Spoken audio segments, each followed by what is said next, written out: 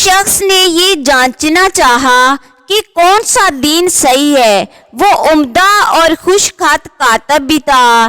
اس کے لیے اس نے یہ طریقہ اختیار کیا کہ تورات، انجیل اور قرآن کریم کی انتہائی خوبصورت کتابت کی، تاہم درمیان میں کمی بیشی بھی کر دی۔ پھر تورات کو لے کر علماء یہود خدمت میں پیش کیا، انہوں نے اس کا مطالعہ کیا اور خوبصورت کتابت پر اسے انعام سے نوازا۔ انجیل کا نسخہ عیسائی پادریوں کے پاس لے کر گیا، انہوں نے اس کی محنت کو سراہتے ہوئے بڑی رقم دے کر اس خوش خط نسخے کو خریدا۔ اس کے بعد قرآن کریم کا نسخہ علماء اسلام کی خدمت میں لایا، انہوں نے جب اس میں کمی بیشی دیکھی تو پکڑ کر اس کی پٹائی کر دی اور اسے حاکم کے پاس لے کر گئے۔ حاکم نے تحریف قرآن کے جرم میں اس کے قتل کا حکم دیا۔ تب اس نے اصل حقیقت بتائی اور کہا کہ الحمدللہ میں مسلمان ہوں، لیکن میں یہ جاننا چاہ رہا تھا کہ کون سا دین صحیح اور محفوظ ہے، اور میرے اس تجربے سے ثابت ہو گیا کہ دین اسلام ہی ایک محفوظ دین ہے، اور اللہ تعالیٰ کی کتاب قرآن کریم میں کوئی بھی تعریف نہیں کر سکتا۔ ایک مرتبہ ایک مسلمان عالم دین کی ایک عیسائی پادری سے نوک جھونک ہو رہی تھی۔ موضوع گفتگو مذہب تھا، دونوں ایک دوسرے پر بڑے شگفتہ اور مہذب انداز کی چوٹیں کر رہے تھے۔ عیسائی پادری نے کہا، ایک بات تو بتائیے، اگر ایک مسافر راستہ بھول جائے اور ایسی جگہ جا پہنچے جہاں ایک انسان سویا ہوا ہو اور ایک انسان بیٹھا ہوا جاگ رہا ہو، تو مسافر راستہ کس سے پوچھے گا؟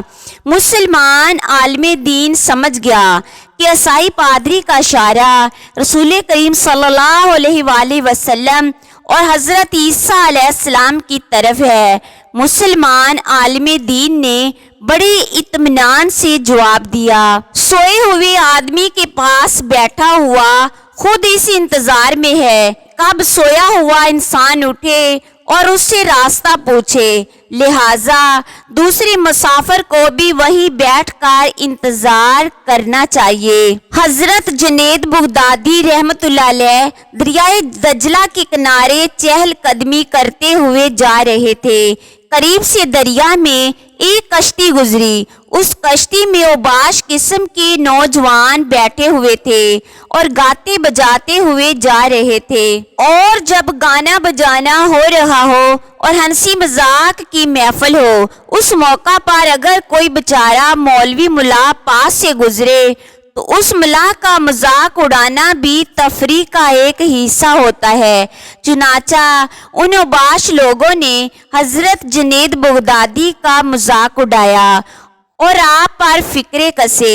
حضرت کے ساتھ ایک صاحب اور تھے، انہوں نے یہ صورتحال دیکھ کر فرمایا کہ حضرت آپ ان کے حق میں بد دعا فرما دیں، کیونکہ یہ لوگ اتنے گستاخ ہیں کہ ایک طرف تو خود و فسق، فجور اور گناہوں میں مبتلا ہیں، اور دوسری طرف اللہ والوں کا مذاق اڑا رہے ہیں۔ حضرت جنید بغدادی رحمۃ اللہ علیہ نے فوراً دعا کے لیے ہاتھ اٹھائے اور یوں دعا مانگی، اے اللہ، آپ نے ان نوجوان کو جس طرح یہاں دنیا میں خوشیاں عطا فرمائی ہے، ان کے اعمال ایسے کر دیجئے کہ وہاں آخرت میں بھی ان کو خوشیاں نصیب ہوں۔ دیکھیے، حضرت جنید بغدادی نے ان لوگوں کی ذات میں نفرت نہیں فرمائی، اس لیے کہ یہ تو میرے اللہ تعالیٰ کی مخلوق ہیں۔